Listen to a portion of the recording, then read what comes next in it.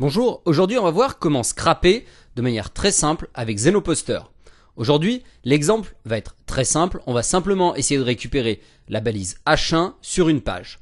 Donc, on va commencer par aller visiter une page au hasard. Là, on a pris celle du SEO Camp. On va donc chercher à récupérer la balise H1.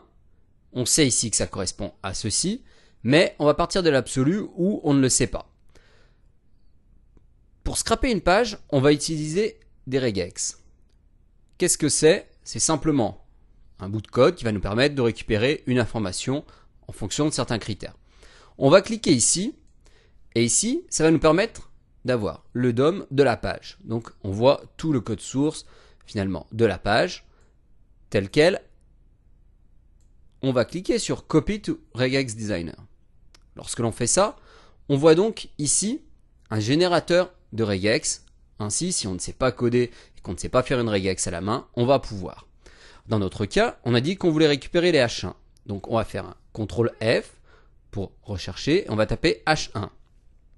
On peut regarder. Et ici, on voit qu'on a une seule balise H1. On voit bien qu'une balise H1 commence donc par ceci. Donc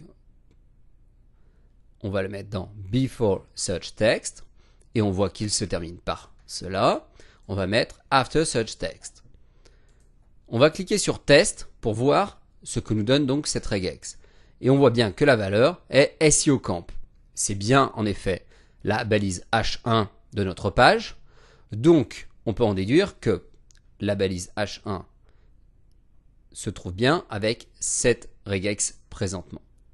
On fait un copier, on peut fermer.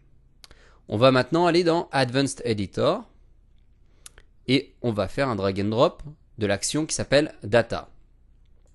Comme d'habitude, on double-clique et on va lui dire ce qu'on veut prendre. Ici, on veut prendre DOM, c'est ce que nous avait choisi, de quelle table, la table actuellement utilisée, et on veut parser le résultat avec la regex que nous avons créée. Qu'est-ce que l'on veut? On veut le premier. Dans notre cas, il n'y en a qu'un, donc c'est simple, mais sinon on pourrait choisir d'autres valeurs. Par exemple, tous. Si on voulait récupérer toutes les H1 d'une page, s'il y en avait plusieurs. Mais une H1, normalement, il n'y en a qu'une. On va rajouter ça à une variable que l'on va appeler par exemple H1. Ok. Maintenant, on va partir du principe que l'on souhaite enregistrer l'URL de la page ainsi que la H1. Donc, il va falloir qu'on récupère donc l'URL de la page. Imaginons que nous allions en visiter plusieurs. On va donc faire take URL cette fois et on va le mettre dans une variable que nous appellerons URL. Nous souhaitons donc maintenant enregistrer ces deux variables à l'intérieur d'un fichier texte. Comme pour la première vidéo, nous allons faire un drag and drop de la liste. On va l'appeler URL et H1. Et on va dire où elle se trouve. On va lui donner la permission d'enregistrer les changements. Et là, on clique et on lui dit où se trouve le fichier. Voilà. On voit que pour l'instant, il est vide. C'est normal. Maintenant, on va faire Text Processing. Là, on va lui demander d'écrire du texte. Qu'est-ce qu'on va lui demander d'écrire? L'URL. On va mettre un séparateur. Là, on choisit une pipe, mais on peut choisir n'importe quoi. Plus la H1. Et maintenant, on va lui dire ce que l'on va en faire. Et là, on veut le mettre dans une liste.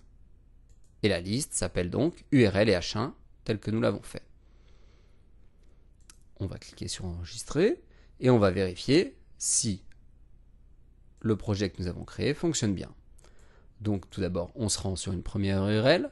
On pourrait l'appeler depuis un fichier texte, par exemple, si on voulait faire toutes les pages de ce site. On aurait mis un fichier texte avec toutes les pages de ce site pour aller les visiter les unes après les autres. Là, il récupère donc la H1. Maintenant, il récupère l'URL et maintenant, il l'écrit.